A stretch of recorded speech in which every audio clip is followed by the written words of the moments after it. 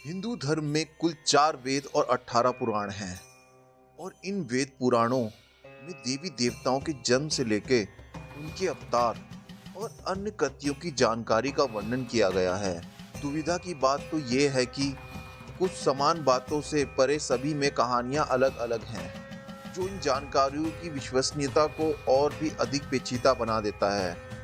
पुराणों में त्रिदेव कहे जाने वाले ब्रह्मा, विष्णु और महेश के जन्म से जुड़ी कहानियों का उल्लेख किया गया है, जहां एक तरफ वेदों में भगवान को एक निराकार रूप का दर्जा दिया गया है, वहीं दूसरी तरफ पुराणों में त्रिदेवों के जन्म से संबंधित कहानियों के बारे में बताया गया है।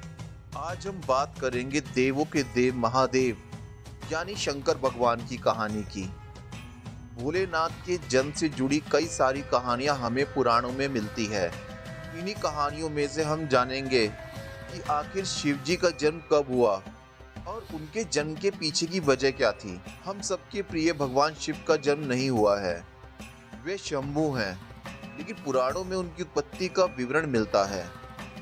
विष्णु पुराण के अनुसार ब्रह्मा भगवान विष्णु की नाभि कमल से पैदा हुए, जबकि शिव भगवान विष्णु के माथे के तेज से उत्पन्न हुए बताए गए हैं। विष्णु पुराण की कथाएं कहती हैं कि भगवान शिव का जन्म भगवान विष्णु के माथे से उत्पन्न हुए तेज से हुआ है।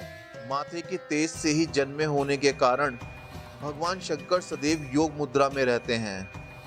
इतना ही नहीं, विष्णु पुराण में वर्णित भगवान शिव के जन्म की कहानी उनके बालपन का एकमात्र वर्णन है, क्योंकि और कहीं भी उनके जन्म से जुड़े साक्ष्य नहीं पाए जाते हैं।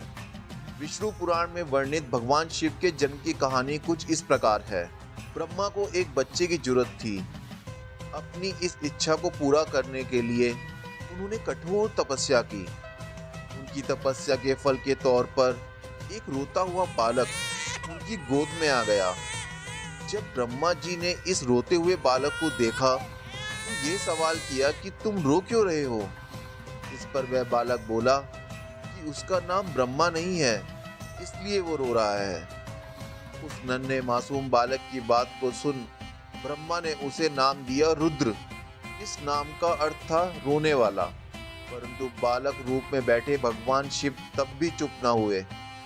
इस तरह बालक शिव को चुप कराने के लिए ब्रह्मा जी ने 8 नाम दिए थे। वे 8 नाम हैं रुद्र, भाव, उग्र, भीम, शर, पशुपति, महादेव और ईशान। यही वजह है कि भगवान शिव इन सभी नामों से भी जाने जाते हैं। शिव जी के जन्म के पीछे की इस कहानी की बात करें तो कुछ इस प्रकार है। जब संपूर्ण ब्रह्मांड, धरती, आकाश और पाताल जलमग्न हो गए थे, उस समय ब्रह्मा, विष्णु और महेश के अलावा कोई भी अस्तित्व में नहीं था। उस दौरान केवल भगवान विष्णु ही थे जो जल में शेष नाग पर विश्राम करते हुए नजर आ रहे थे। तभी ब्रह्मा जी भगवान शिव की नाभि से प्रकट हुए और फिर भगवान शिव की उत्पत्ति माथे के तेज से हुई। ब्रह्मा जी से शिव जी को देखा तो पहचानने से साफ इनकार कर दिया। ब्रह्मा के इनकार करने से भगवान विष्णु को यह भय सताने लगा कि कहीं शिव जी रूठ तो ना जाएं, जिस कारण उन्होंने ब्रह्मा जी को दिव्य दृष्टि प्रदान की, जिससे उन्हें शिव जी के बारे में स्मरण हो गया। सब कुछ स्मरण होते हुए ही ब्रह्मा जी को अपनी गलती का आभास हुआ और उन्होंने शिव जी से माफी मांगी। साथ ही ब्रह्मा जी ने शिव जी से अपने पुत्र के रूप में जन्म लेने का आशीर्वाद भी मांगा।